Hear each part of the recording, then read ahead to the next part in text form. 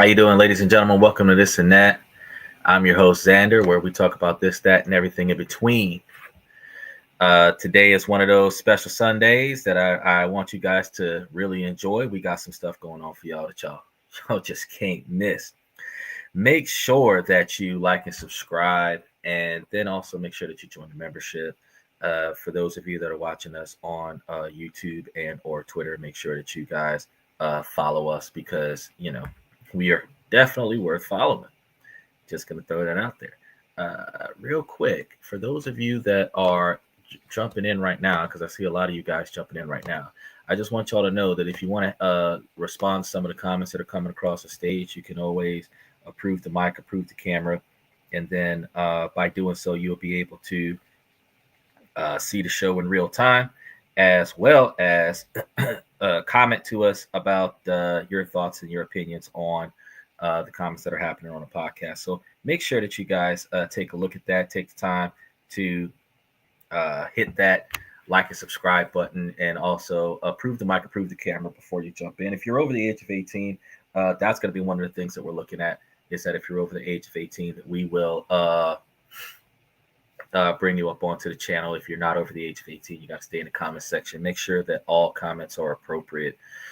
So we've got the link going into the comment section right now. So if you guys want to jump in at any point in time, make sure that you do that. We are supposed to be live 9 Eastern, 8 Central, 5 Pacific, but we tend to operate on CP time, and we kind of get in here half past the hour, but we still get in here every day, 7 days a week, no days off.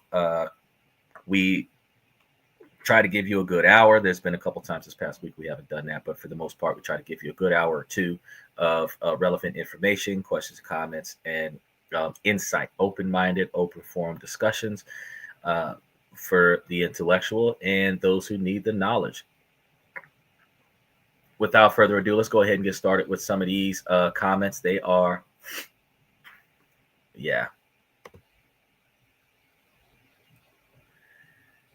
Can a man spend the whole day without texting or calling the woman he loves if he is super busy?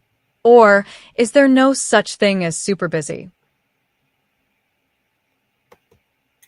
Well, in the minds of selfish people, there's no such thing as super busy. But men, not just men, women too, have jobs where those jobs do not allow you to be able to had to make sure that the mic was on. So real quick, she asked, are people in situations where they use their phones? Yes. Men are able to work on certain types of jobs, taxing jobs, dangerous jobs, physically strenuous jobs. And those physically strenuous jobs prevent the men from having the ability to talk on the phone. Doctors and lawyers and nurses specifically, they can't use their phone during regular hours. They can use a phone while they're on break. But some people who work 18-hour days don't have the ability to take those breaks. And when they're taking those breaks, if they do get a break in, they're not trying to sit on the phone and talk to their boyfriend or their girlfriend. They're typically trying to get them something to eat or go to the bathroom and then get back out there and get to work. So the fact is that, yes, you can have the type of job where you're not able to talk to your partner while you're at work. You have men that are in armed forces and local law enforcement where while they're in the middle of duty, they're not readily able to utilize their phone. Some of the local law enforcement might be able to pull over in between catastrophic events and talk to their partner, but those people that are serving, they don't have the opportunity to communicate.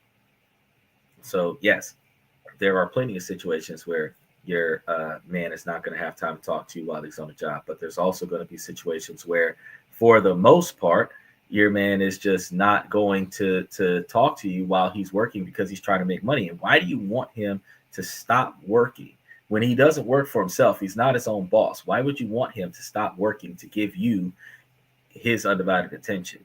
Isn't that a bit selfish? Wouldn't it make more sense for whatever it is, if you're not on your way to a hospital, you're not externally bleeding, you don't have any bones protruding from the flesh, if you're not dying, isn't it make more sense for you to like it should be fair to say that you should be able to wait until he gets off from work, comes back to the house, goes to the bathroom, takes off his work uniform, takes a nice hot bath, and you brought him his favorite meal, and then you break the bad news that you've got a problem that you need him to solve.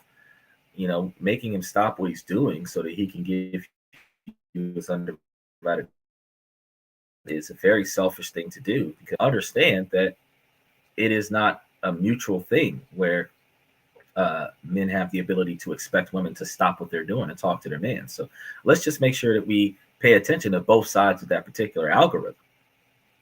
All right, let's go ahead and move on to the next one. My brother passed away owing more than he owned. Am I legally required to settle his estate? Yeah. If he left you stuff. Okay, so here's what we're going to deal with when it comes down to estate. So I've been talking to you guys about putting everything into a trust. I was talking to you guys about making trustees. I was talking to you guys about making yourselves beneficiaries of that stuff. If you do not want to have to go through probate, if you do not want to have to go through the arguments of family squabbles when somebody dies, it is important for you to make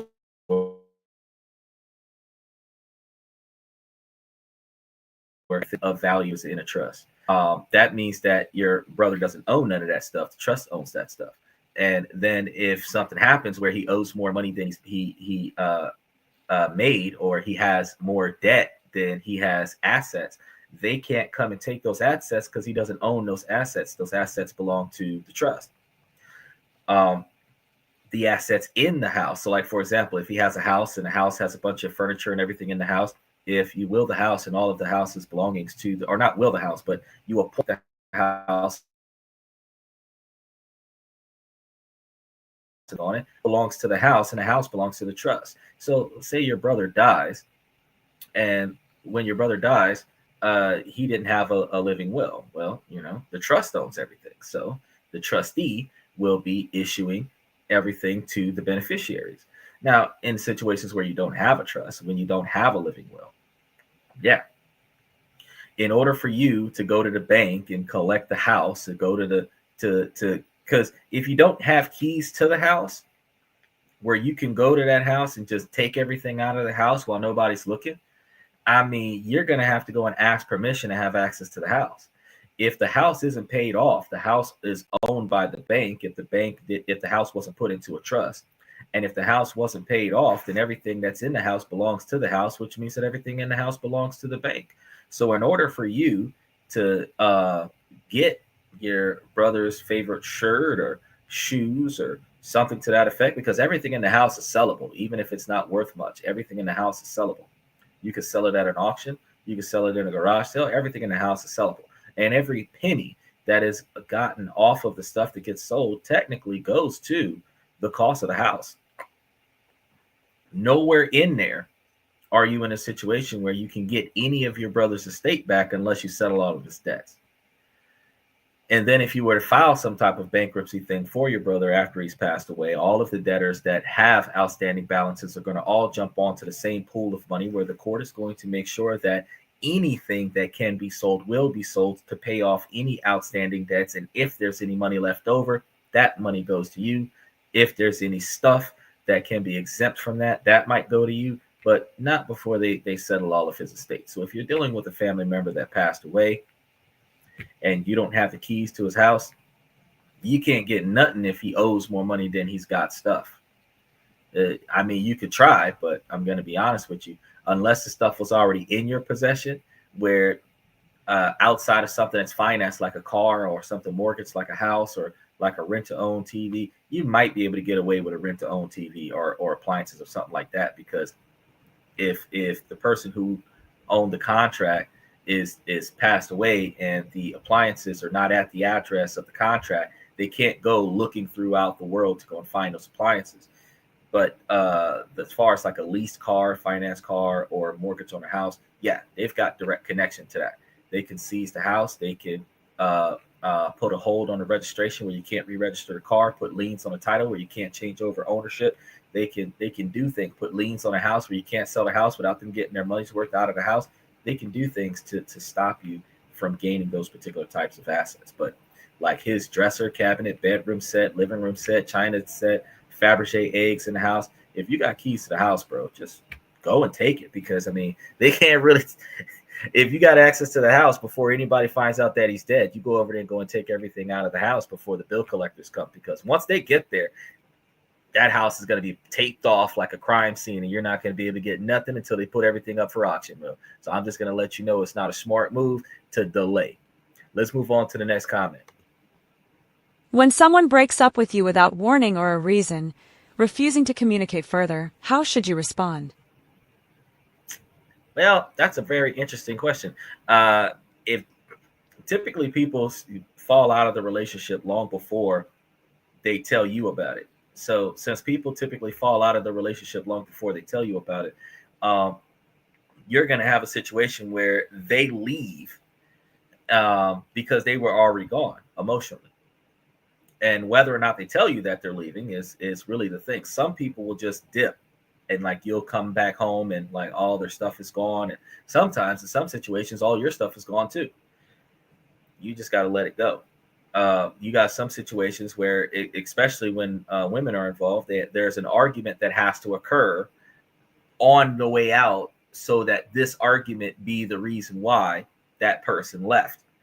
Truth is, that person left a long time ago, 3, 6, 9 months ago, and now they're using this argument to validate them leaving. And it's going to be a petty argument. Something about you lied, something about it's something stupid, something insignificant. And that's that argument. Like you didn't put the keys back on the shelf the way you were, something ridiculous. And what that is it's just a misdirection from the fact that they were already on their way out the door anyway. So if you have somebody who doesn't going to leave, since they're not dedicated to you, why do you care that they're gone? Yeah, it might hurt your feelings. Drink a couple beers, smoke a couple blunts, go talk to one of your best friends, play some Call of Duty, go to the range, get it off your chest, and just move on with your life. To be sitting there twiddling your thumbs about why did they leave, what happened, blah, blah, blah. Look, if you cannot find the errors in your judgment, where things you should have done that you didn't do, or things that you should not have done that you did do, so that you can fix those things for the next relationship, because an ex is an ex, whether they give you notice or not. The same way, if an ex-employee no calls, no shows for work, they're fired, bro. So, I mean, it doesn't matter if they quit or not. You don't have a job after that. You don't show up for work 3 days in a row, you don't have a job on the fourth day. I'm not looking for you after that. You understand? So in a relationship, if your partner dips without notice, like, does it really matter why they left? If they're not dead under a bridge somewhere, if they're not being held hostage where ransom notes are being sent to your house, if they haven't gotten locked up unexpectedly and they're sitting in jail somewhere and they didn't have the ability to make a call, or in a hospital in ICU where they wasn't conscious enough to call you, if those are not the reasons why you weren't contacted by their random disappearance, if you're not the only person that found out, where mom is calling you, asking you if you've seen her son, sister's calling you, best friends calling you, boss is calling you, a couple cops came to the house knocking on the door saying, hey, we haven't heard from him in a week. When's the last time you seen him? If these are not the situations that are happening, you are not supposed to be worried about whether or not your partner is gone and enjoying the pleasures of life or not. Because if they just booked up and left, they found where they were going and now they're gone. Typically, people make an exit strategy. That's why there are a lot of people that usually come out of domestic violence situations that make escape fund accounts, where they skim money off of the relationship and put it into the escape fund account. The escape fund account used to be for domestic violence victims, where they could leave and have safe haven to get away from their abuser. Now, escape funds are women that just want to abandon the relationship and go somewhere else without having financial strife in between the last man and the next man. Men don't do that. Men work for everything that they get, so they don't have an escape fund. They just walk out the door. But if all of their money is going to the house that they live in, when they walk out the door, they're walking out of one door into another door. So even if the man is walking out on the woman without notice. That means he's got another place to live, whether he's living by himself or he's living with his new girlfriend. He's got another place to live. If a woman is walking out on a man, she's got another place to live, whether she's living by herself, living with her mom, living in a shelter, or living with another boyfriend. She's already found out where she's going before she left, especially if this isn't an abusive relationship. So, fact is, if your partner leaves without notice, let them go. Don't chase them. Don't look for them. Don't call them. And if you've got the don't call me, don't text me, blocked you all on social media kind of behavior, you really don't want to talk to them no more. Because I mean, unless they took something from you that they wasn't supposed to take, that you can basically file a police report on and get recovered. Unless something like that happens, you're not really trying to get yourself involved in the kind of relationship where your partner's going to leave and then you're going to beg them to come back. Because when they come back, however they treat you when they come back is going to be way worse than the fact that they left in the first place. And you're going to be regretting every day and every argument and every negative relationship that you end up in after that. Because, I mean, you begged them to come back. So how they treat you ends up falling in your lap as your fault, which also is going to give you very, very bad self-esteem. It's just that I strongly don't recommend for anybody. But let's go ahead and move on to the next one because we got quite a few of them here. Why are the nicest people always depressed and lonely? That is easy. He blocked me. Oh, hold on, man. Before we go into how he blocked you, the reason why the people that are the nicest are the ones that are so lonely and depressed is because people that are spoiled are not humble. People who are battered and bruised and beaten and tormented emotionally, physically, whatever, those are the ones that are humble. The people who have hit rock bottom, who have been kicked around and disrespected, those are the people that are humble. People who have gone through a large quantity of trauma, whether it was by a relationship or by society, those are the people that are humble, because they've got to make peace with their chaos before they can continue on. Those people who have dealt with not having anything knows what it's like not to have. So when they have extra and they see somebody doing without, they don't want that person to suffer the way they suffered. So they make peace with the traumatized past that they have by giving somebody else a little bit more peace.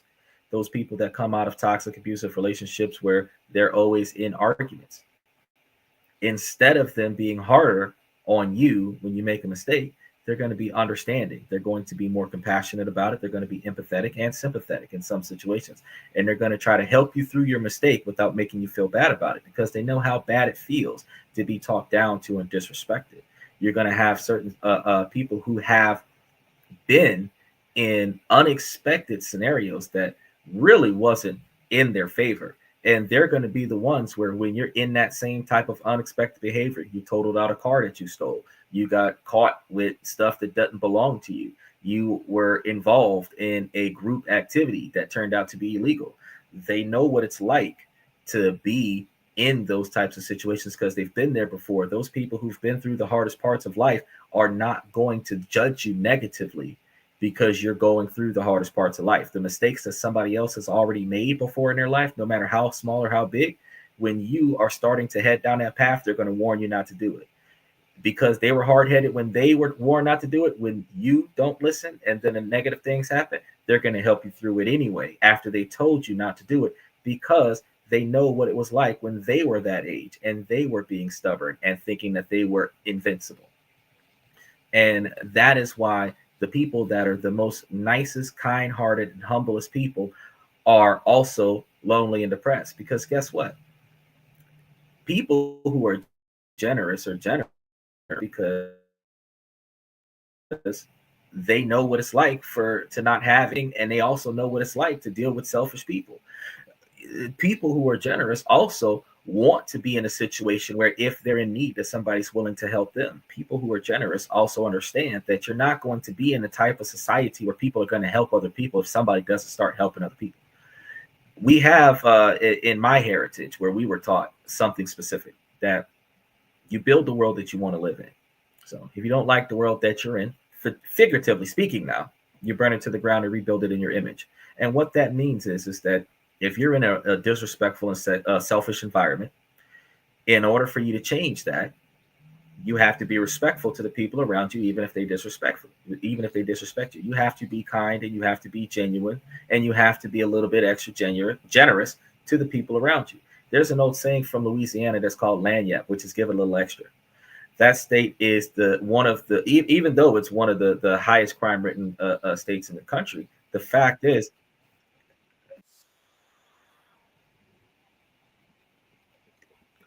hold on a second, I got something going on that is popping into my headset. I wasn't expecting that.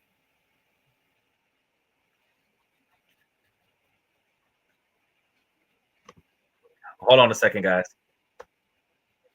There we go. Man, I just had some stuff pop into my headset. I'm like, what the heck is that? I'm listening to like 13 different conversations right now. I'm like, hold on, what the heck is that? So what I was saying is that they're not going to want to deal with individuals that are not going to benefit their success. Or I'm sorry, I was talking about how you want to build a society that is kind to you. So even if people disrespect you, you're going to respect them. Even if people are not generous, you're going to be generous. Louisiana has this thing called lagniappe, which is give a little extra. And what I was about to say was, before I was distracted by the headset, was that no matter how much somebody gives to somebody in Louisiana, somebody will give back extra. And that means that, I'm never indebted to anybody around me because I'm always doing more for everybody around me. The phrase hood rich comes from the type of individual that is taken care of by their neighborhood. They're broke, but they're taken care of by their neighborhood. Whatever they need, they get it from the people in their neighborhood. But the only way for you to become hood rich is if you are taking care of your neighborhood. So the people in your neighborhood, when you're in trouble, you can tell them that you need something. Those are the people in your neighborhood where when they needed something, you did something for them first. You can't be selfish and then go to your neighbor and say you don't got food for your kids. You can't be stingy and see a neighbor needing a ride and ride around and not give them no ride. And then when your car break, you need a ride, they're not going to give it to you.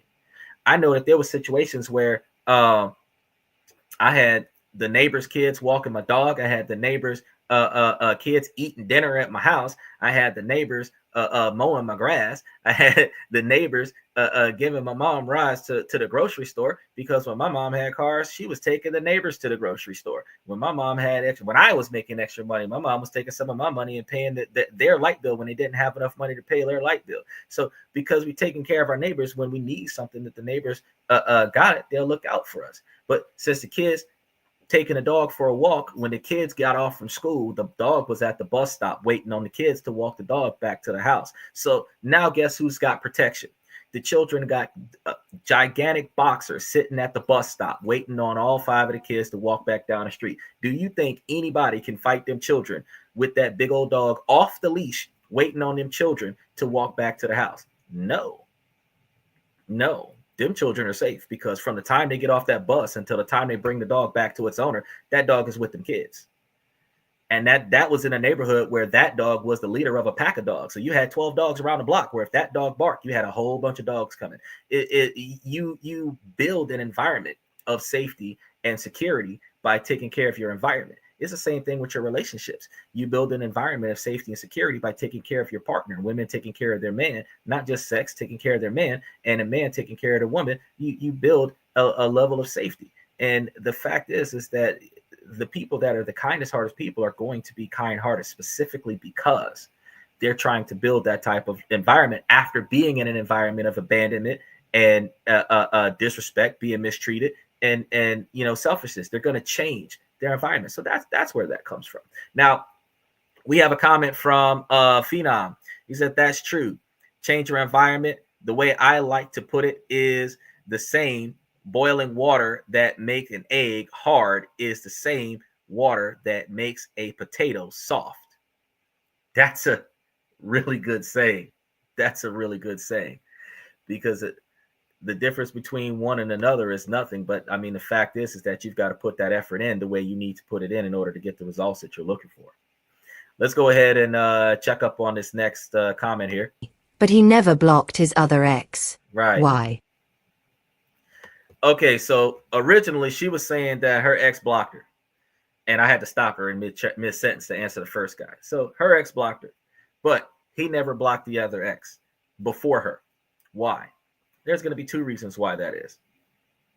First reason is that she wasn't as important to him as you are, which means that you hurt him more and he doesn't want to have anything to do with you. She doesn't faze him. Two, you've done more to him emotionally than what she does. So he doesn't really want to deal with you. And he probably doesn't care about her existence. And three, you probably don't let stuff go. So even though y'all might be broken up, you might call him, text him, email him, and really beat down a dead horse when it comes down to resolving a situation. And that is a problem. So if a man is dealing with the person, doesn't matter if it's a woman or a man, if a man is dealing with the person that will dwell on a topic for an extended period of time, then that man's probably going to block that person if he doesn't want to have anything to do with that person, because he doesn't want to continue having random negative text messages going across his phone from this individual that he doesn't want to have anything to do with. Now, a person that just fades out of your life, they're going to look in your cell phone right now. I see a lot of y'all that are watching me on the podcast right now. If you look in your cell phone, go to your contact list on your cell phone and start scrolling. I can guarantee you that you have like 20 or 30 pages of people in your contact list. Okay. And I can tell you that the average person talks to about 5 to 10 people per month that are not business related. Okay. And that's at most. And those 5 to 10 people are the same 5 to 10 people that you talk to every month. Some people talk to less than that. So the 2,000, 3,000, 7,000 contacts that you have in your phone are all people you no longer affiliate with, whether they're exes, old friends, old acquaintances from work, old acquaintances from school. You don't affiliate with those people at all. When people fade out of your life, you don't waste your time blocking them because they're not in your life. But somebody that's going to make sure that you know that they exist, you got to block them to get them out of your life. And since you got to block them to get them out of your life, you got to force the toxicity out. You got to get an unofficial restraining order by blocking them on all your social media channels so that they're not leaving negative posts in your feed and leaving negative comments in your DMs and making bad statements about you across social media that up there for 3, 4, 5 hours before you find it. You got to block them. And the difference between the current ex and the former ex is that the former ex faded away without conflict. You probably didn't do that. And that's the reason why he blocked you and not her. Because think about this, though. One of the reasons why he's your ex is because you're comparing your relationship to him to his relationship to her. What happened before you doesn't matter, man. If every woman that do not compare yourself to any of his other former girlfriends or ex-wives. Don't compare yourself. You don't want him to compare you to other women. Don't compare yourself to other women in his past. Matter of fact, don't go through his phone trying to look at conversations from back in the day. Don't go through his DMs and try to look at conversations that he had with people before you. Your life with him started when y'all met, and his communication with people is only relevant from when y'all met going forward. Anything that he did before he met you is none of your damn business. So you should not be comparing your present to his past unless you want to be in his past. Now, if you're willing to compare your present to his past that will force you into his past, then by all means, you go ahead and do what you want to do. But if you want to be a part of a man's future, the only thing you talking to him about is y'all's future together. What you're going to do to benefit him so that he can do what he needs to do to benefit you. Symbiotic relationship. Because a relationship is not symbiotic if you're focusing on taking care of yourself and he's required to be focused on taking care of you. You got to treat your man like a walking stock option. You got to invest in him so that he can invest in you. If you are not investing in him where he can invest in you, then you are leeching off of him. You are not an asset. You are a liability. Women are supposed to take care of their men, keep their men healthy, keep their men strong so that their men can go out there and break their backs and break their necks and bring the money back to take care of the woman. Unless the woman is going to be not independent, self-sufficient, because independent means that you will sacrifice your boyfriend or your husband so that you can come up. That's not good neither. You don't want to be independent. You want to be self-sufficient. Self-sufficient means that you're going to hold the fort down till your man comes. And look, codependency is going to work both ways, because a man is going to be self-sufficient until his wife comes. So a man might know how to cook and clean and do all the stuff around the house until his wife comes to do that, so that he don't got to do that, so he can spend more time sleeping, so that he can get up and spend more time at work, so that he can spend more time making money, so he can bring more money back to give it to his wife. Because I keep telling y'all, there was a time back in the past where men would get paid and bring their money back and give it to their wife and let their wife handle the stuff at the house. There's always been that scenario. I know there was a time before that when women had money, they gave their money to their man. But when a man is at work working during business hours, bills get paid during business hours. This is before automatic bill pay and all this other stuff. So you had to physically go down and pay the utility bills. You had to physically go down and pay the mortgage. You had to physically go down and pay the car note stuff. And if I'm at work from the time that the bills start opening up till the time the bills close, I can't pay the bills. So while I'm at work, you pay the bills. So a man used to give his money to his woman, and the woman used to balance the budget. And a successful household was successful because the woman took care of the stuff at the house. This isn't about oppression. This is about reasonable responsibility. But if you can balance the budget, you can get an allowance out of that you can take care of your stuff yourself. But if you're not willing to balance the budget, then how can you say that he's got to hand you cash and then he still got to take care of himself? Because the women back in the 60s used to buy the man's clothes, shoes, make sure he was fed, make sure the kids had clean clothes, clean shoes, make sure the kids had school supplies, everything. The whole family got what they needed. And then mom could keep whatever was left over. She could save it in case of an emergency. She could save it in case we wanted to buy something like a newer car or go and get us a bigger house or something like that. Or she could waste it and get her hair and nails done. But you notice that some of the women back in the 60s, they didn't, when they were married with children, they didn't have, updos and all this stuff, long fingernails and all. They didn't have all that stuff. Their hair was all over their head. Half the time they didn't have enough time to do their hair. They had old clothes. Half the time they didn't have enough money to buy new outfits because they spent more effort taking care of their family. Modern times in 2024, you don't got very few women out there right now that are single with the mentality to say that if I was in a relationship with a good man, that every time he gave me $1,000, I'd bring him back $1,100. Straight up, it don't matter what we doing. If he hand me $1,000 and tell me to hold this, I will come back to him with $1,100 and say, here you go. Not very many women got that mentality. I know that they got some that'll say, oh, well, I will buy stuff for me and for him. But you're not going to find something that say, oh, he gave me some money, I'm going to flip that and bring him back extra. But get that money to a man, though. A responsible one, not an irresponsible one, because the irresponsible one is about as wasteful. But a responsible man, you give it to a responsible man, he's going to take that money, he's going to invest that money. Then what's going to happen is y'all are going to need some money. And guess what? He's going to be pulling money out the trees, talking about some, oh, don't worry about it, we got this. We're buying a bigger house. We're buying 2 cars. We're going on a cruise. Where'd you get all this money from? Oh, remember that one time you handed me that cash? I flipped it. I made a bunch of money off of it. The difference in mentality. So let's go ahead and move on to the next one because we got a lot of them up here today. A guy on Tinder I'm going on a first date with tells me on the text there has to be a limit to how much time I spend with my family and how much they will visit us. I'm 38, he's 42, and we have texted for 1 week and had a phone call. On my profile it says that I eat Sunday dinner with my family every Sunday. He asked me if I do that every Sunday and I said yes.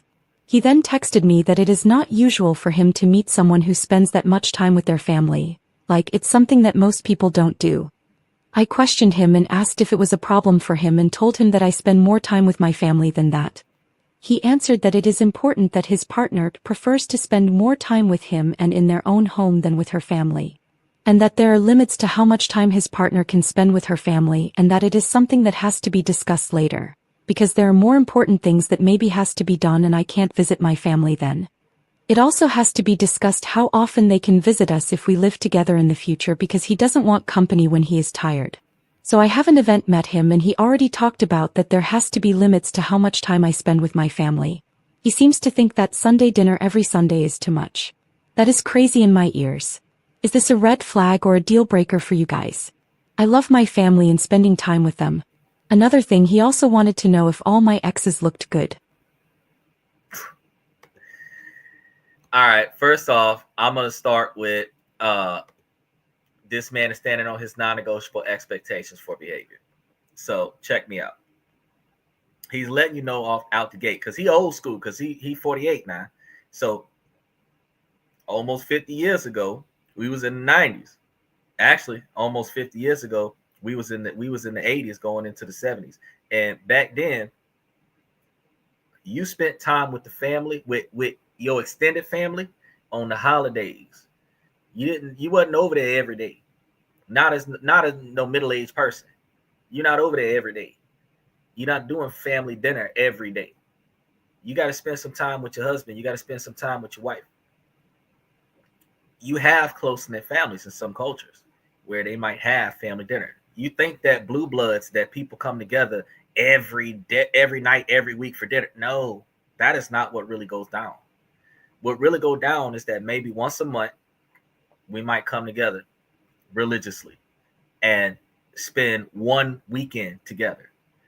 Every week, that's not going down. Now, he's telling you that you got to limit how often your family coming over. And that's real. Because he the one that got to work out hours. And your family is not going to have respect for the fact that he got to sleep. You're not going to want your family to have to walk on eggshells and be tiptoeing through the house because you sleep. So to prevent that from happening, you know what kind of work schedule he got. They should only be showing up on his day off while he's awake. Or if they're going to be coming to the house while he's not at the house because he's at work, that might be the case.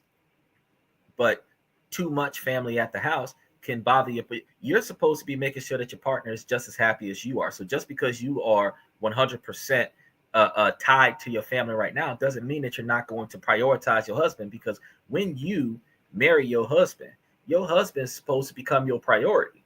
Your mother and father and them is supposed to come second to your husband, because your husband is supposed to be who you're dedicated to for the remainder of your life. That's part of your marriage vows, So why are you uncomfortable with committing to your husband? He ain't your husband yet. He this is first few dates, but he's letting you know how it's gonna be. And you're gonna say, well, that's being a little bit too demanding out the gate. I'm gonna tell you right now, no, that's not. If that is his mentality, why wait 6 months to break the ice on that? Why wait 2 years to break the ice on that? If you're a close-knit person with your family and he wants some space between you and your family, because truthfully, back in the 70s, 60s, we didn't meet your family on the first weekend that we dating one another just because it so happens to be a Sunday and we hanging out. Back in them days, we met your family when we were getting ready to start talking about marriage. We would meet the family and get the blessings from the family, and then we would have the engagement. Then we would start socializing with the family. But y'all together for like 5 years before that y'all meet the family. In the late 80s, early 90s, you started bringing your boyfriend over that you wasn't even ready to commit to marriage to. But you usually brought your boyfriend over when you wanted everybody in your network to know that you were taken. And in that situation, you brought your boyfriend over to meet the family the one time so that they know who's taking up all your time. That's why you meeting them. But to say that, oh, I'm gonna meet my boyfriend, I'd have been on 3 dates with him. It just so happens to be Sunday. It's his day off. We're gonna go have dinner by my family's house. He don't even know if he's ready to commit to you, and you're gonna have him have dinner with you at your mama and daddy house, where your mama and daddy gonna start asking him all kind of first 48 questions about his intentions with you. He hasn't even memorized your middle name, and you want this man to be sitting there with your daddy and your uncle and your grandpa, where these men is going to be giving him third-degree interrogations, what y'all sex life is about, and all this other stuff. That is none of their dang business, because your boyfriend don't even really know this stuff yet. You got to put distance between your family so that you can work on yourself.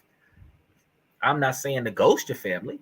I'm saying that you got to put some reasonable moderation between you and your families and their actions so that you can focus on being successful in your own individual relationship. And you're going to come to understand that when you have children, that you're going to have to do the same thing. That when your kids start growing up, your kids start dating, after they reach an appropriate age, of course, there's going to be a time where you're going to say, you know what, let me just step back and let them do what they got to do. I can give them some advice when they ask for it. If I hear or see something that I'm concerned about, I'll give them some advice about that as well. But for the most part, I'm going to let them spin their own wheels. I'm going to back out of the situation. You got this a time when you got to let family go so that you can be yourself and they can be themselves. So yeah, he makes good sense. Also, you also have to think about the other thing that you're talking about when he's saying that, you know, all these people at his house. Most of the men that work on a hard anything don't want to come back to a house full of people uninvited. And when I say uninvited, he didn't invite them. So he don't know these people is there. He left from the house and you were the only person there, or he left from the house and nobody was there. And now he come back to the house and there's music playing and people playing cards. And you got to understand, you got different types of families that are reckless, bro. They will come to your house and live like it's their house, especially if your house is nicer than theirs. And some people, they'll smoke in your house with no respect for you. You don't want to tell them nothing because that's your family. You don't want to insult them. But when your family members are smoking in your boyfriend's house and your boyfriend don't smoke in your boyfriend's house, they disrespecting your boyfriend. And you're disrespecting your boyfriend by allowing them to do it. So fact is that y'all got to set ground rules from the first date. These are the things that I expect. So when it progresses to that scenario, these are the things that I expect. And by setting down those ground rules from the first date, if you're not willing to honor that, those non-negotiable expectations out the gate, don't even go into a relationship with him. Likewise, if you're dating a man on the first date, man says that he wants children. You don't want children. There is no reason for you to continue engaging with him because he is always going to want children. You may change your mind and decide that you want children down the line. But every week, every month, every year, that man is going to want children. And as long as you are his girlfriend, he is going to want those children from you. Now, the longer you stay in this relationship because he's doing what you want him to do for you, you are continuously not doing what he wants you to do for him because he wants children. And that's going to lead to one or two things. Y'all are going to fight about it, where you're going to be like the woman that came to the show a couple months ago talking about something. He came out of it out of the blue. Ma'am, he told you on a second date. Y'all been dating together for 2 years after he told you he wanted children. Because he stopped talking about it for a few months, you figured he gave up on it. But now that he's buying you a new house, he's getting you more space, he's got full custody of his daughter, he wants more children. He told you from the first date he wanted more children. So you rode this wave. It wasn't out of the blue. He told you. So if a man tell you what he's looking for out of a woman from the first date and you're not willing to sign up on that, now's the time to go before you're emotionally invested in him, before he's emotionally invested in you, before he's financially invested in you. Now's the time to go because, I mean, that's not what you want. I'm not going to tell a woman, oh, you got to do what a man tells you to do from the first date. No. But if a man tell you what he like and what he don't like, you got to be willing to commit to that to go on a second date or a third date. If he told you on a second date, if he didn't tell you on the first date, but the day that he tell you that, if you're going to go on a second date with him, you're committing to what he told you that he expects from the date before, whatever those stipulations are. And look, that doesn't say that the women can't make stipulations too. Ladies, what y'all are expecting, y'all could put that on the table. I want to travel to Spain 3 times a year. Look, if I ain't trying to pay that kind of money, it ain't happening after this date. You know, because if you're the kind of person that says that I want to travel the world, okay, that's fine. I am not traveling the world on my budget. If that's my position, then I got to think to myself, well, this isn't the kind of woman that I can afford to take care of. All right, let's go ahead and move on to the next one. I am 26 and my friend who's also 26 says my husband who's 29 cheated. He denies everything and has given me a day to decide whether to trust him or end things. How do I go about this? I don't want to give a bunch of unnecessary details, so here is everything important. My husband and I together for almost 5, married for 2 16-month-old daughter, and have been hoping for a second baby soon. The relationship has always been wonderful and he's an amazing husband and father. About cheating, he has had multiple chances to be unfaithful in the past and never did. A close friend I've known since I was 18 is adamant my husband has been cheating, no physical proof, just her word, during the times I go visit my parents, usually a weekend every 2 months or so. I asked my husband about it and he denied everything and reassured me. I couldn't get it out of my mind and we got into an argument and I said some things I shouldn't have and he told me that he was going to give me space until I figured out who I believed and he has been staying at a hotel since 3 weeks ago. My sister and BL have been staying over. My parents, sister, and BL all don't believe he would cheat. My mom says I never should have let him start staying at a hotel. I agree and I did ask him to please just stay the nights at our place and he said he's only doing that if I trust that he didn't cheat. He has been coming over every evening to spend time with our daughter and doesn't say much to me when he visits. Today he texted that he's given me enough space and if I still can't decide we should end things fully. He's signing a lease for an apartment at 6 p.m. tomorrow and is meeting someone else for drinks after that and I have until 5 p.m. to make my mind up or he's going through with the lease, drinks date and will start the divorce process. Every part of me wants to trust him and that he's been faithful to me but I don't understand why my best friend, who is basically another sister to me, would lie to me about this. The only way it would make sense for her to lie is if she wants a chance with my husband. What would you do in my shoes? Well, from a man's perspective, I'm going to tell you that I would have never accused him of cheating for the first place. But for the woman's perspective, women are typically have this higher level of insecurity that they need to validate. So you run over there and you accuse your boyfriend based on hearsay. And I'm going to be honest with you that police reports, they don't even investigate false accusations unless there's enough dominant evidence to show that something actually happened. You know the old saying, no body, no crime? I mean, if there isn't a victim that can be seen, then there is no crime to investigate. So if there's accusations of infidelity involved, you need to be able to find the person that he cheated on you with before you start accusing him of cheating. The worst thing that anybody, man or woman, can do in a relationship is have a level of insecurity and then they take that level of insecurity out on their partner. Because you have to understand how much you destroy your own personal relationship, self-sabotaging behavior, when you accuse your honest partner of being dishonest. Because when they trusted you to trust them, you violated their trust in you because you doubt them. Now, this is one of the things I'm going to tell you. I've actually had this conversation with somebody earlier today. Not this exact one, but something similar. I've said this earlier today. Look, a man should not have to defend himself to his woman. Ever. For any reason. You pick the man that you trusted. Okay? And you're already telling me he has a history of being loyal and being faithful, which means you have more evidence to show that he's not going to be unfaithful than what you have evidence to show that he is unfaithful. And the absence of evidence is evidence in itself. Secondly, now, when I said that a man should not have to defend himself to a woman ever, reason being is because, one, if a man did something that he intended to do, why would he have to defend that? He did that on purpose. If he made a mistake and did something that he didn't intend to do, and he's attempting to rectify that situation, he recognizes where he was wrong, and he's already trying to fix that and make up for it. So why should he have to defend that? And then if he didn't do anything that he had no business doing, so he didn't do anything wrong, why does he have to defend that? There is never a situation outside of blatantly having literally no respect for you or the situation where he's just lying for the entertainment of lying. Does he have to defend whatever lie that he's throwing out there? And I understand that a lot of women believe that men do this, but no. If a man doesn't care about you, he's going to tell you the truth before he tells you the truth when he cares about you. Because a man will tell you the truth in spite of how bad it'll hurt your feelings, because he doesn't care how much it negatively impacts your feelings.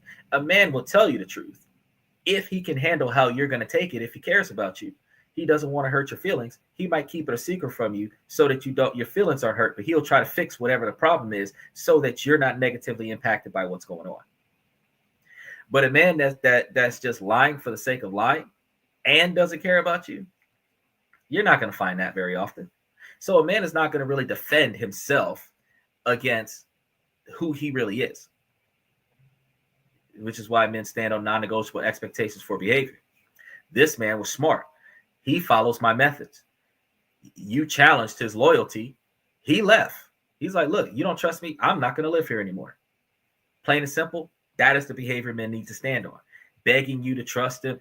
Look, let's flip the script. Let's flip the script real quick, ladies. because y'all not going to agree with me until you hear this. Follow me now. If a man that you never slept with tells everybody that you know that he slept with you, is anybody going to believe you if you say that you didn't? No. In fact, the more you try to disprove the situation, the more people are going to claim that you're in denial.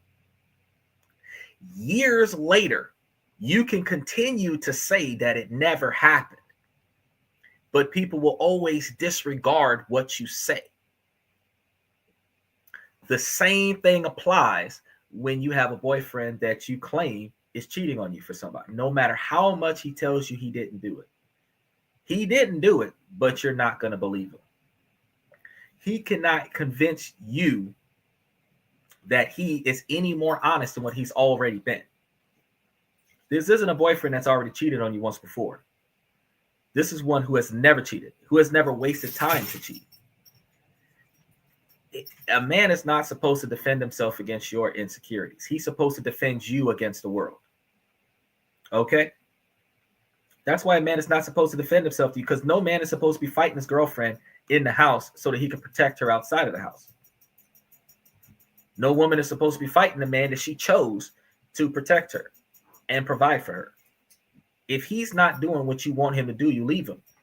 If you are not comfortable with his behavior, you leave him.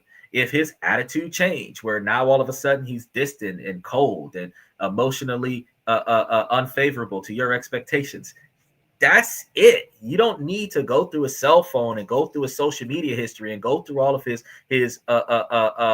Google searches to find infidelity to validate the fact that you leave it. If you don't like the way you are being treated, that is all the evidence you need to say, I don't want to be in this relationship anymore. But a 50-year-long marriage is going to be a marriage where sometimes y'all get content with one another.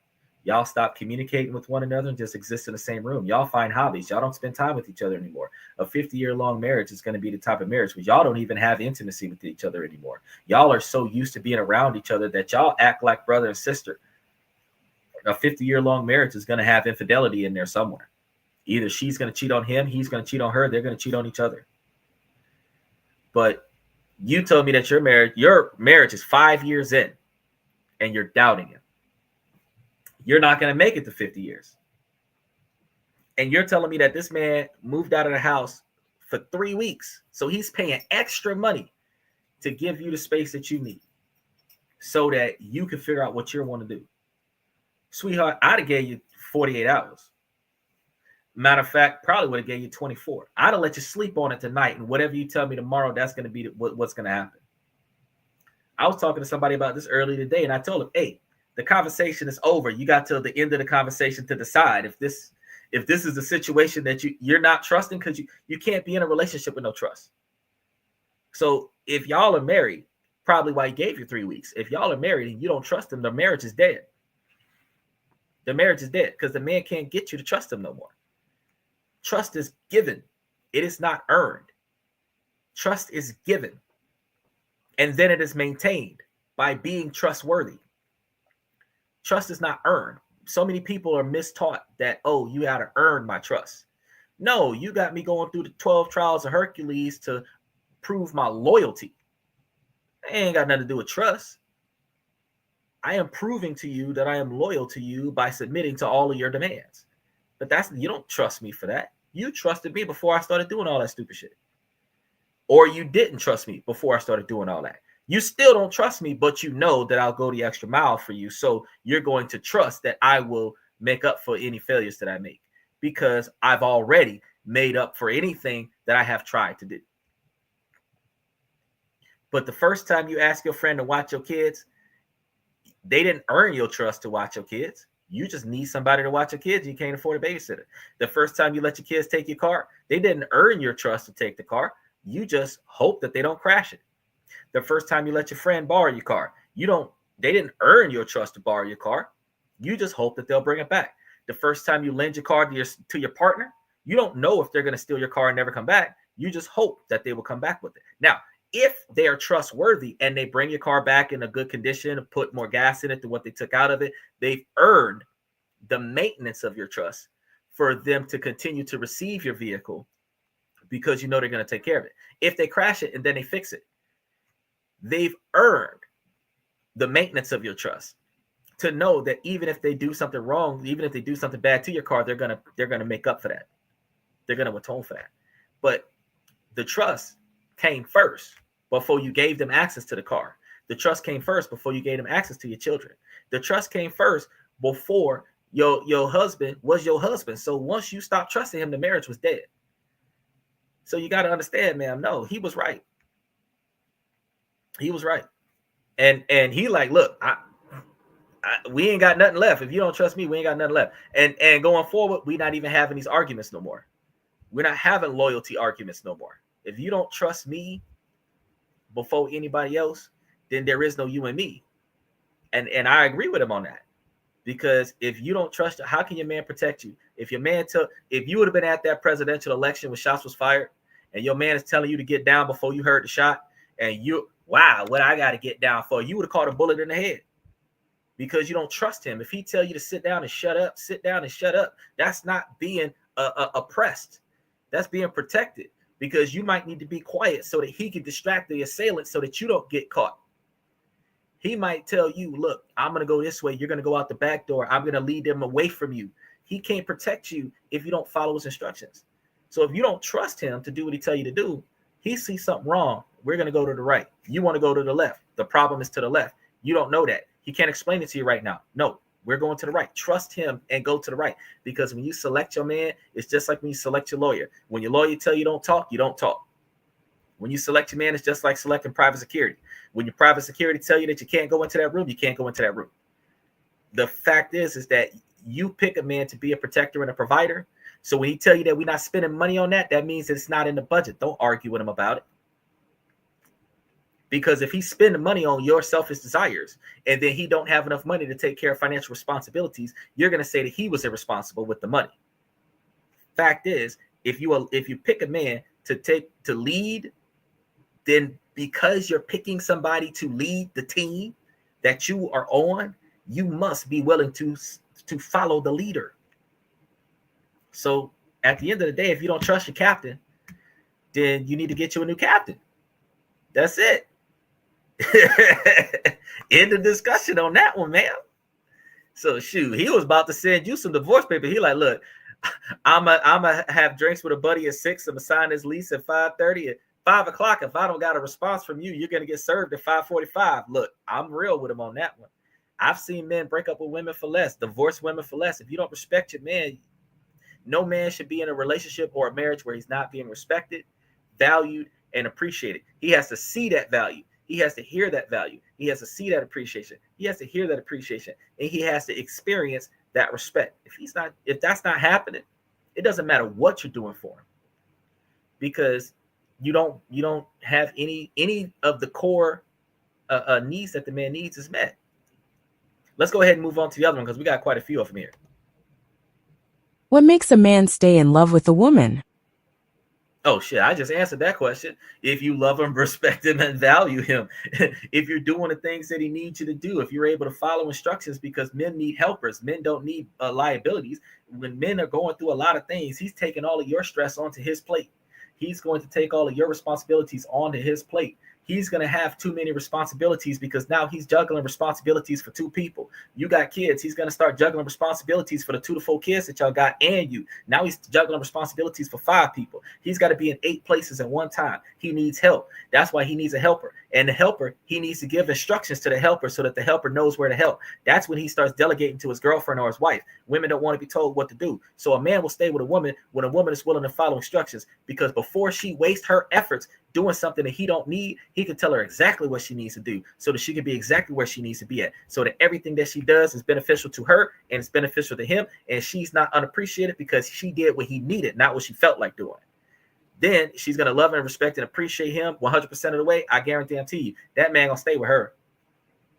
Because if I can say right now that she's cooking for me because I'm hungry, she's going to make sure that I got something to drink because I'm thirsty, she's going to rub my back when my back hurt, She's going to make sure that I got a clean uniform to go to work, so I'm at work on time. Now I'm going to break my back. I'm going to break my knees. I'm going to get calluses on my feet. I got calluses all on my hands. I've been at work for 18 hours. I'm going to come back home, and she's already got a hot bath so that I can soak in the thing, rest my muscles, because I got to do this again tomorrow. I get out of bed and get something to eat because I ain't ate all day. Then I get to go lay down and take me a nap and get me some rest so that when I wake up in the morning, my clothes is ready. She is preparing me to get back out there and make her money. Now, I don't understand why that mentality isn't in 2024 modern society, but that's how you take care of your man. You supposed to, just like a prize fighter, you supposed to keep your prize fighter in the fight as long as possible. You ringside, he fighting for you. When he win, your gym win. So you're supposed to keep him in the fight winning. In between fights, you're supposed to train him. After the fight, you're supposed to nurse him back to health. Same thing.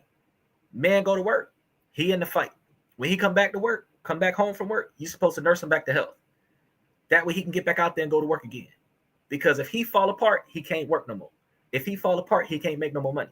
If he fall apart, you get no more money from him. So protect your assets, man. That's how you keep a man. You protect your assets. The same way he protects you, you protect him. Equality. Let's move on to the next one because we got a lot of them up here. I just have to share this. I talked to this guy on Bumble for like 9 days, and Saturday we decided to meet. I went to his city by train and everything was great, really good conversation and vibe.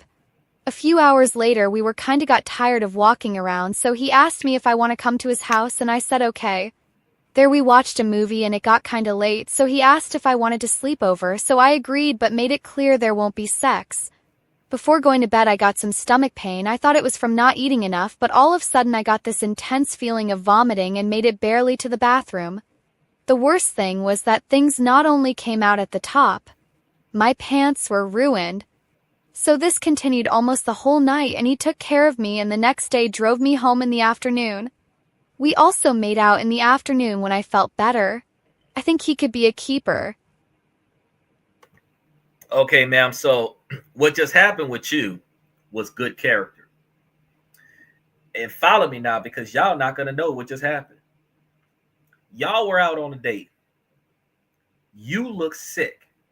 And instead of him sending you home, he asked you to stay by his house so he could make sure that you was okay. As the night progressed, your condition got worse. As the night progressed, he took care of you. He knew there was something wrong with you before you knew something was wrong with you. After you got better, now he's able to take you home the next afternoon. He did not scare you. He did not insult you, but he made sure that he was capable of taking care of you the whole night. When I've told women on this show more often than not that y'all need to start finding men with good character and stop finding men with deep pockets, this is the kind of stuff that I'm talking about. You need to find a man that knows that you're about to knock yourself out on the sharp edge of this counter and put his hand there so that if you do bump your head, that you're not going to hurt yourself. You need to find a man that can pay attention while he's having a conversation, that he know that you need to wipe your mouth, that he going to hand you something to wipe your mouth.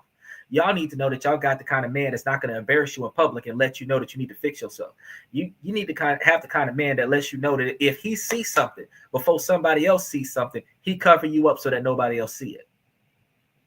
Y'all know what I'm talking about. Y'all start getting red on y'all clothes that y'all wasn't expecting to wear. Y'all wearing white that day, and he need to cover you up before anybody else see that.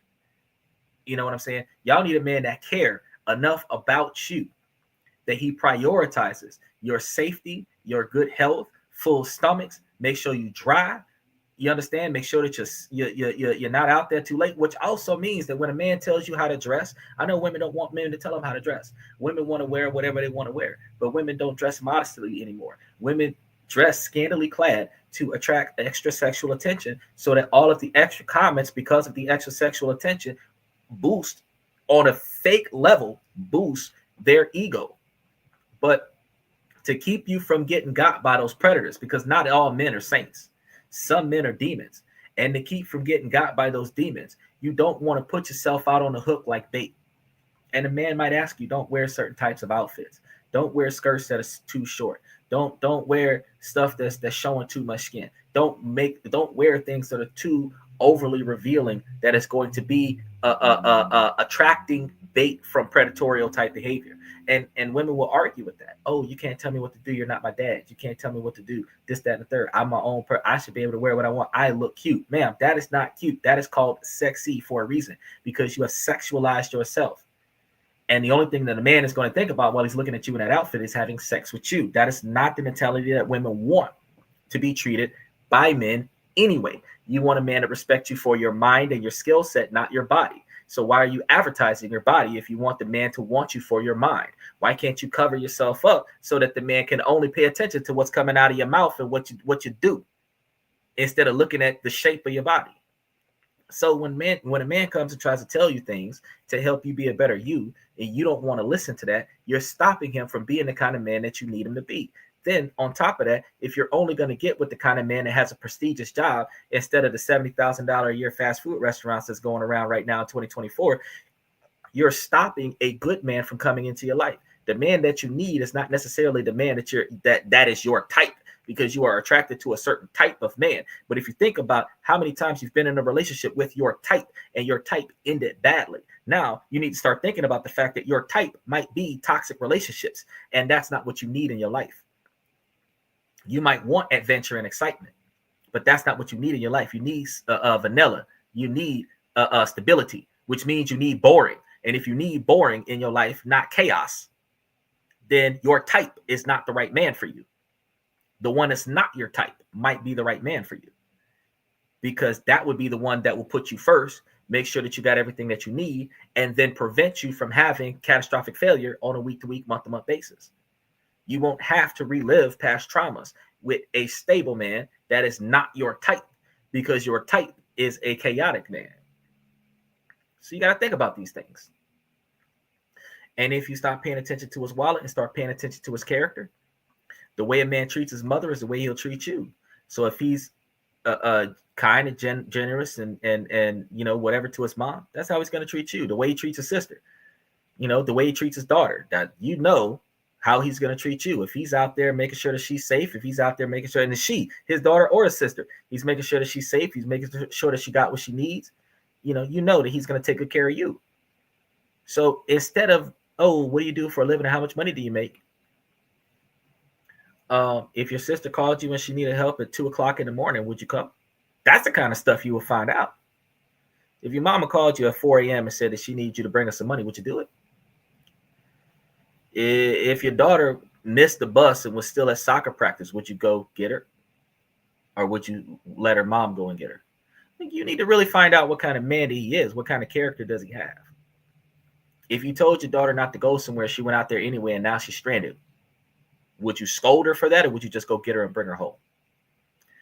That lets you know what kind of man you have, because that means that if you don't follow his instructions and you go out there and you get yourself caught up into some stuff that you wasn't supposed to get caught up into, if he would have scolded his daughter for not following instructions, he would scold you for not following instructions, because men don't treat women differently from woman to woman.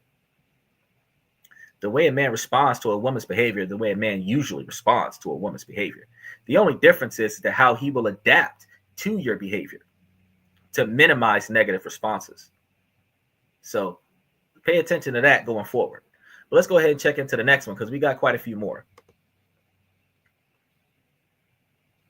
Thinking about serving my pregnant wife with divorce papers at her parents' house on Thanksgiving Day. Backstory is that I've been married to this woman, Becky, for 4 years now. 3 weeks ago, she meant the world to me. I would have done just about anything for Becky, but now I don't even see her as a human. I've always wanted a family, and she knew this before we got married. She also had the same goals in life for us. After getting married, she decided that she didn't want to be a mother, and I was hurt but accepted her decision. We purchased a small farm after getting married, and Becky decided that would be her full-time job. We really were blessed to be living the beautiful life that we were living. Becky wants a thoroughbred horse for 6 figures, no problem. Becky wants to import a herd of Brahman cows because regular cows look boring, no problem. Becky wants a brand new diesel truck every year to drive into town, no problem. I had no issue providing all of these things because I knew her first love was taking care of animals. I knew that's what made her happy. A few weeks ago, her best friend, Emily, wanted to know if I was available to meet her because she wanted to tell me something. I figured that she had a surprise for Becky and wanted my help or something. Emily came over to the house when Becky was away and basically handed me a file with the evidence of my soon-to-be ex-wife's affair. Becky had been having a full 8-month affair with the married veterinarian. Emily and Becky have been best friends for over 10 years, so Becky tells her everything. Emily let me look over the file and then told me about the affair. The highlights of the affair were that it was with someone who bills me hourly for thousands of dollars. The same man I see in church, where my FIL is the pastor, and shakes my hand while me and his wife are clueless. Becky and him sleep together in what is supposed to be our house daily. Almost every time Becky goes on a trip, it's with her lover and not her friends. Becky deliberately sent me 2 states away to pick up a trailer, so she could have the house to herself and her lover. All the new girly clothes and heels are for this man and not me. The icing on the cake is that Becky is currently pregnant with her lover and not me. I know this because she admitted it all through text to Emily. She admitted to keeping the truth hidden from me. Emily also knows her Becky had a conversation with her parents, who are supposed to be very high-ranking religious people in our little town. Her father, who's the pastor, encouraged his daughter to keep the truth hidden about everything to protect their image. The worst part is I was so excited about this news, and now my friends and family know. I can't believe someone can be this evil to do something like this. Becky has already started to set the room and make changes to the house. The thing is that it's been weeks since I found out about this. I've used that time to get my ducks in a row for divorce. She has zero idea that I know what's going on behind my back. I also took this time to confirm and get video evidence of the affair. I've already hired my divorce lawyer, who's not even from our town. Luckily, my state isn't a community property state. According to my lawyer, I will probably come out pretty well, especially with all the evidence we have on her. I've already had a listing agent look at the house/farm and give me an idea of what I can get for it. My question is about my plan for ending this. For Thanksgiving, we usually have a big service at her father's church. I want to look into her father and mother's eyes and have them lie to me about their daughter. My plan is to have the divorce papers served at my ex-in-law's house right before dinner. Her entire family will be there, from siblings to grandparents to friends, including Emily. After she is served and realizes what is going on, will be my time to leave. My best friend doesn't think this is a great idea. I think he's looking after my safety since most of her family carry, and he doesn't want me to be outnumbered. Personally, I don't think I'll be in any harm. The other less exciting option is just to do this at our house and see what happens from there. Not sure which route to go down. After this is over, I plan on leaving this town and not looking back. As for why Emily is turning on her, I believe it's jealousy. Emily isn't married and isn't that well off financially. Emily could have told me 8 months ago, but waited all this time. I'm not sure what to think. If all this sounds scattered, I apologize. My mind is all over the place and lacking sleep. Okay, so let's go ahead and get into this. Now, Emily, first of all, is ratting out her friend Becky because Becky done pissed her off. That's why. Emily, it ain't got nothing to do with Emily being single. It ain't got nothing to do with nothing like that, because you are not Emily's friend. Emily ain't got no reason to hook up with you or anything like that. So she's not trying to break y'all up so that she can get with you. You could be a good man, and you know you don't deserve that, but everybody in the community is working together to keep this a secret from you. So I mean, fact is, Emily is mad that Becky has said or done something early on in that relationship, that affair that she was having, and that led Emily to say, "Oh, I'm gonna fix you. I'm gonna destroy your whole marriage." And 8 months of photos. And do you know how much work it takes? For that is not jealousy. That is vengeance. To track your best friend for 8 months, getting all of the dirt that you need to incriminate them in the worst thing that they could do in their marriage. That's not jealousy. That is vengeance. Then you're asking me, well, we're in a situation where we're probably gonna get a divorce. You don't know if you're gonna serve her with the if you're gonna make a scene, bro, because Emily's parents said, "Oh, don't tell anybody because you don't want to destroy the family image." Well, if they're keeping it a secret, the affair a secret, so that you don't destroy the image of the church, then the best place to serve the divorce papers is at the church. Because, if you go to the dinner, yeah, you got family and friends that are carrying. The later in the night that you decide to serve those divorce papers, the more intoxicated more people get and the less responsible they behave. And people have that phrase, kill a messenger, where when you go to serve the divorce papers, you are the messenger, and that might cause them to act irrationally while holding firearms. So it is not safe for you to serve at the family dinner. If you're going to make a scene, I would do it at the church.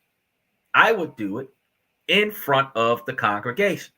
I would interrupt service with an announcement that you have to divorce the pastor's wife or the pastor's daughter because of an ongoing relationship of deceit that the congregation knew about and encouraged her to lie about.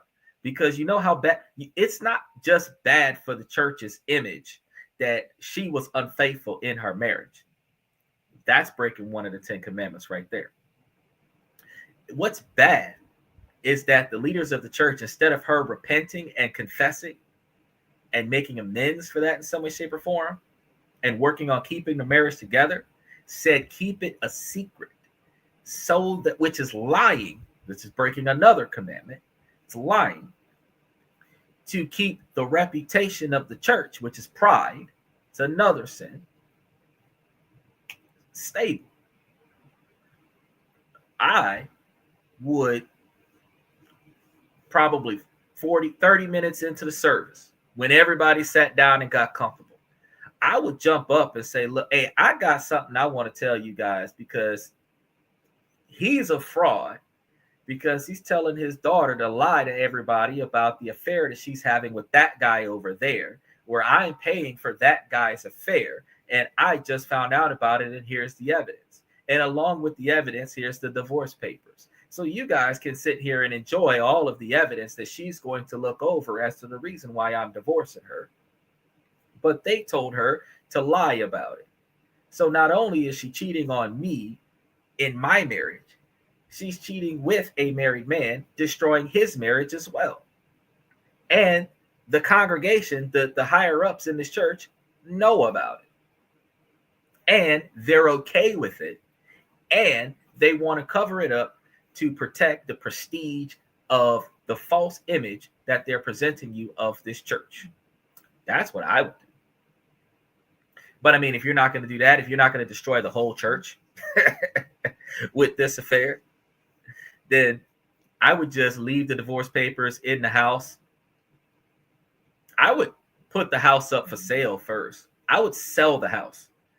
And I wouldn't really tell her anything about the fact that I'm selling the house. I would sell the house. I would collect all of the assets off of the sale of the house. And then I would handle the divorce papers at the closing of the selling of the house. Just get rid of the house. Matter of fact, I would move. So while she thinks I'm off on business, that's when the house gets sold. That's when the divorce papers are handed to her. That's what she's got to know. You got to get out. You got to go. Because, I mean, you're buying her diesel trucks, bro. That's like $40,000 a year. She wants a brand new truck every year. She wants $1,000 horses. She wants a whole unique imported cattle.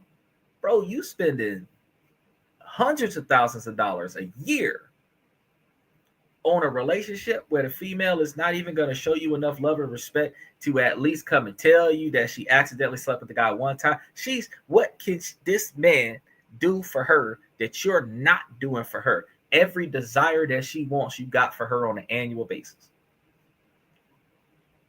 This is what I was telling one of the people that I know earlier today, and I've been saying it on the show all year. If a woman don't want you, she don't want you. She'll stay there for the money. She'll stay there for the stuff. But a woman has the ability, they're multifaceted, to have her heart with one person and her body with another. But she's not exclusive to the man. But women require men to be exclusive because they want his resources all to herself. I said this earlier today. I said it last week. I've said it plenty of times. It makes more sense for a woman to share the man with other women, because since you don't want to be bothered with the man, you can actually tag in somebody else as a stunt devil and let them deal with it. When he wants stuff that you don't feel like doing for him, you can let the other woman do that. But you know which women he's involved with because you certified each one of them. You know, but women want men to be exclusive.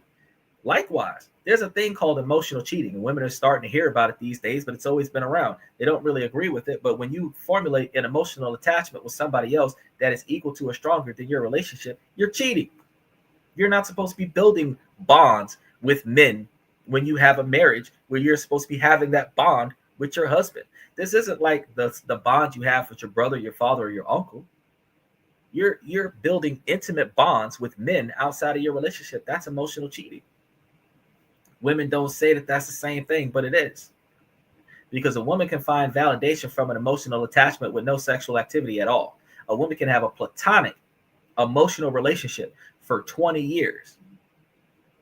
A man is not going to have a platonic emotional relationship for 20 years. A man is going, unless he's in the friend zone and he's forced to do so, a man is going to have a non-committed sexual relationship for 20 years because men are physical.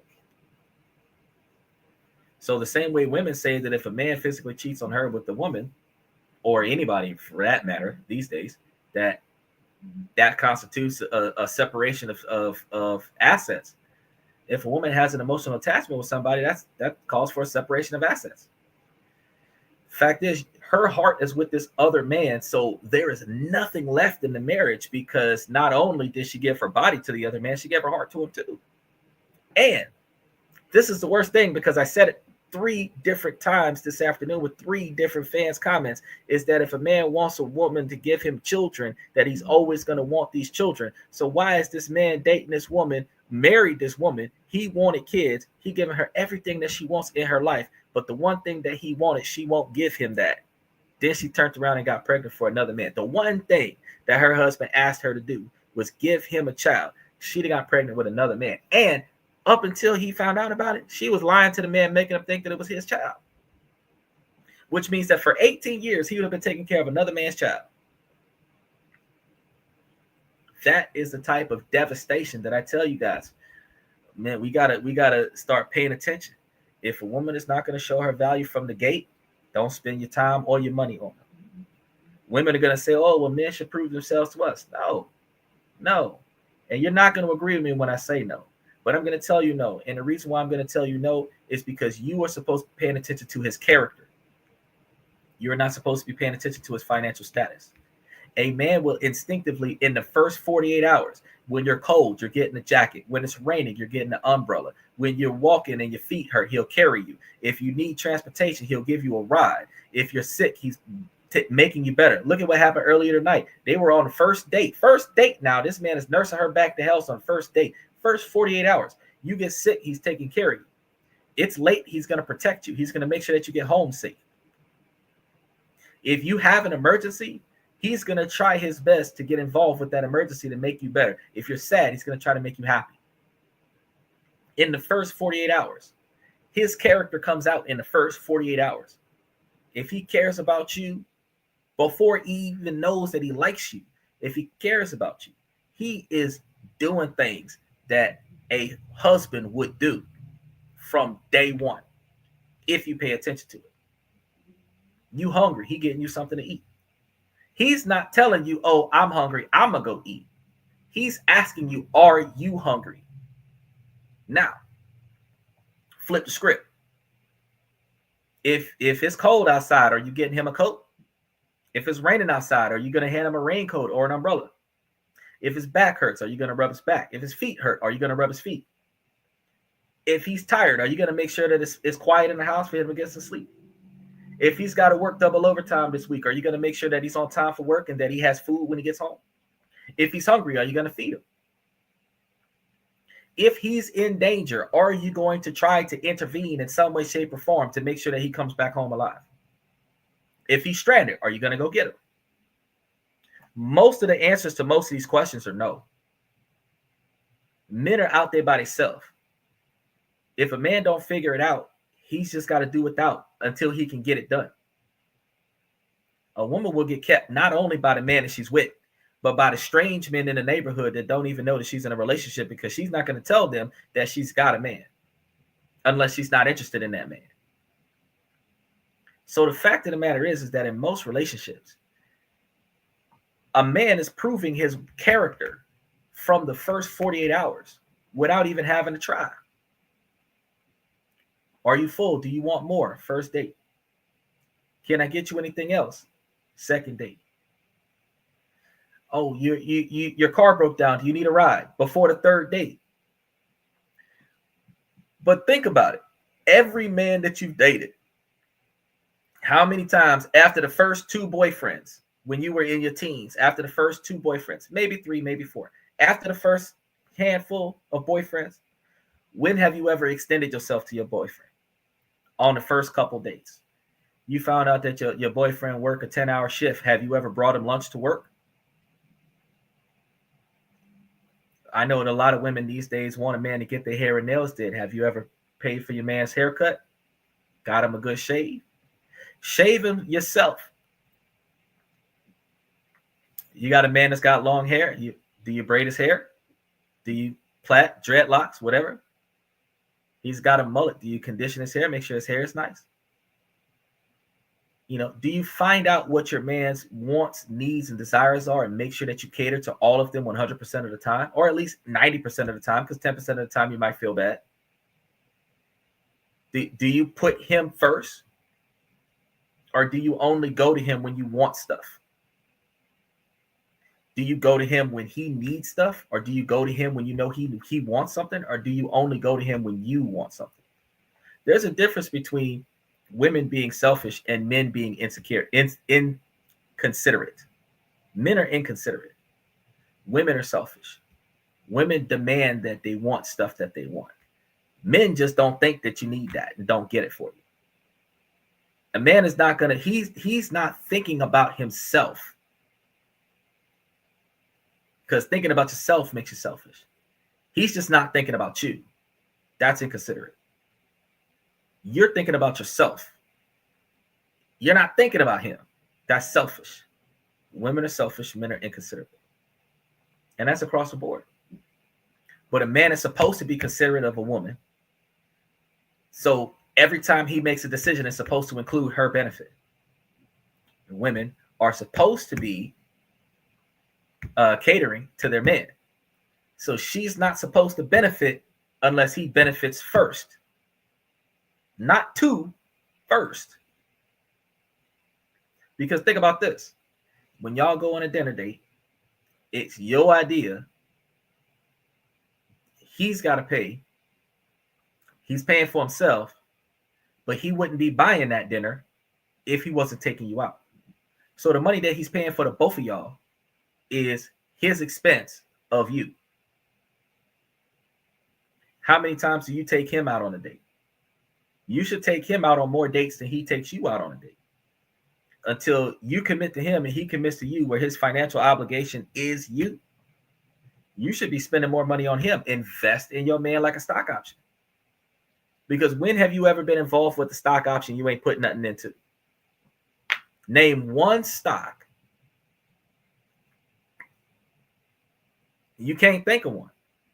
Because even those job stocks where they give you stock for working at the company, that's part of the payment that you get for working for the company.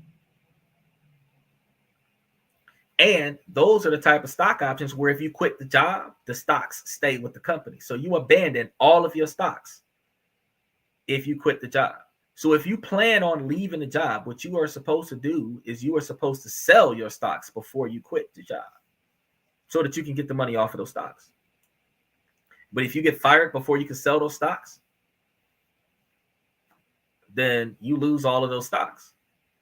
So truth of the matter is that same way when it comes down to being in a relationship, you are supposed to take good care of your man, invest in your man so that you can receive the dividends from your man. I said this earlier today. And in any situation, just like this one was terrible. This one was terrible. I didn't think it was like this. I was like, yo, whoa, that's deep. In situations like this is the reason why this man who gave this woman everything, the next woman after her, she gonna have to work hard for him to buy her anything. Why? Because the man gave every single extra dollar he had to the woman that he thought he was going to spend the rest of his life with, and she used them for half a year before he found out from her best friend. So you know the next woman going to get very little of anything.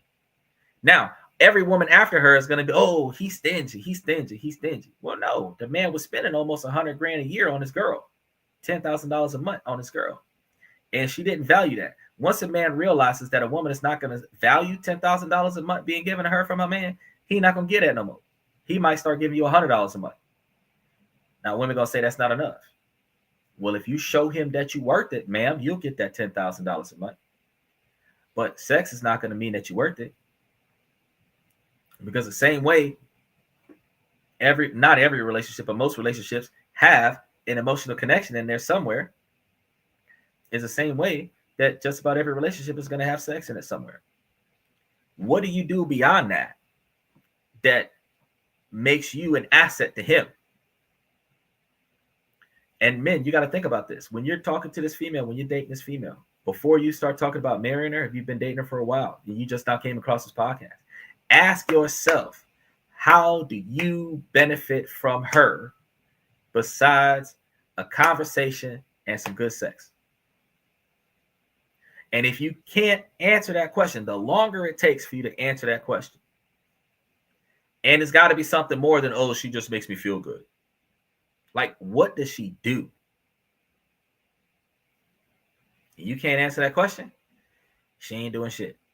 Because I know that ladies on the reverse side, what does your man do for you to benefit from being in a relationship with him? You can name stuff. Bills he paying for, places he go to, cars he let you drive, the house he's letting you live in, the stuff that he brings to you on a regular basis, the gifts he buys, the dinners he pays for, the rearranging his schedule to come and spend time with you, the vacations he take you on. You can name stuff. The kids that ain't his that he's paying for, you can name stuff. But now when you finish naming all the stuff that your man do for you, ask yourself, how much do you do for him in return? And I make him feel nice and I give him some of this, and that's all you can think about, you're not doing enough. So, likewise, reciprocation. I'm going to tell you, ladies, what first thing you need to do is start putting in more into your man, because that is how you're going to maintain a long-lasting relationship. Because if you keep taking out without putting back in, eventually the well will run dry. And when that well runs dry, when women leave a man 70% of the time when they're uneducated and 90% of the time when they're uneducated. Between the two statistics, is approximately 80% of the time that a woman will leave a man because she's unsatisfied. Men only leave women for two basic reasons. She's unfaithful or she's mistreating him. That is it. So 10% of the time when they're educated, 70%, 30% of the time when they're uneducated, an average of 20% of the time a man will leave a woman when he is tired of being mistreated. When he is tired of being betrayed. That's when a man is going to leave. And then he ain't coming back. So if you do what you were supposed to do as a woman, the man ain't leaving you. So at the end of the day, if you recognize that you ain't been doing enough and you still in that relationship, now's the time to change. Now's the time to improve. Now's the time for you to get out there and start doing the stuff that you wasn't doing before. Fellas, You're in that relationship with her still, and she ain't been doing her part. Now's the time to change. Now's the time to start saying, hey, I need you to start putting in more in this relationship because I'm starting to feel a little bit or a lot of bit of neglected. And she need to not argue with that. She need to start putting in. Because if not, the way she is before the marriage is the best that it gets. After the marriage, women get content and they're going to do less. You're going to be in this marriage with this woman for 5, 10, 15 years before you get tired of it and you get a divorce. Because you're never going to get what you wasn't getting before the marriage. She's not going to do more because she married you. She's not going to be like a Pikachu evolving into a Raichu because y'all got married. She's not going to go from being a woman that's inconsiderate of you to being a woman that's catering to your every need just because you put a ring on her finger. Because you put an engagement ring on her finger, you put that rhinestone on her finger, you put the promise ring on her finger, all the jewelry that you put on her is not going to make her treat you no better than when she was treating you before you got her all that jewelry. Those are symbols of how y'all feel about each other. That's not a promotion. The way she gonna treat you is the way she gonna treat you regardless. You cannot get her anything. Marry this woman for the cost of court. And the money that you would have spent on the engagement ring, the wedding ring, and the wedding, you could have put that into high yield stock options and let it sit there for the 20, 30, 40, 50 year marriage. Where if y'all got a divorce, she keep that. Guarantee you. That $500,000 that she would get out of staying married to you for 10 years would be worth more than all of the rings and weddings and everything that you would have paid for that one day of entertainment. That would serve no monetary value after it happens. The ring would be worth 10% after it happens. By the time y'all get a divorce, the ring is not worth a car note. But you spent 35 grand on it when it first came out. Rings depreciate in value over time, wear and tear. The wedding is a distant memory, forgotten. But that stock option will always be there. And if that stock option is paying her dividends every month or every quarter, where she got spending money to do stuff with, you don't even have to waste your money on giving her spending money because you already put up 150, 200 grand into a stock option where she's getting paid $5,000 every quarter. Spend that. Whatever you want inside of that allowance, that's it. You start getting $20,000 a month or $20,000 a year of spending money off of a trust that your husband set up for you. You don't need nothing else. You need to budget your money because he's still taking care of everything else under the sun. But you got this constant capital coming to you because you married him. Men need to start doing that instead of wasting all that money on marriage. You get you a prenup that clearly states that upon divorce, if he divorces her, she gets the trust. If she divorces him, she forfeits the beneficiary of the trust. But she don't get nothing else outside of that trust. Guarantee you, the women that aren't worth it aren't going to sign on to that. But the women that are worth it, they're not going to have a problem with it. Oh, wait, you telling me that if I marry you, I'm going to get paid every month for the rest of the marriage? Shh, that's a full-time job. Whatever you want me to do, I'll do it. Go to the Philippines. The women in the Philippines cost $500 a month. You can contract out 2 Filipino women for $1,000 a month, $12,000 a year. For 2 Filipino women that'll cater to you hand and foot your entire life. In America, $1,000 ain't going that far with one American woman. But $12,000 will get you 2 Filipino women the whole year. And you could do 25-year contracts where you got the 2 Filipino women doing for you the fullest length of the longest part of a marriage. You can't really. This man been with his woman for how long? And she been cheating on him for the better part of the last year. And they'd have been married for a number of years. And she's getting thousands of dollars a year from this man.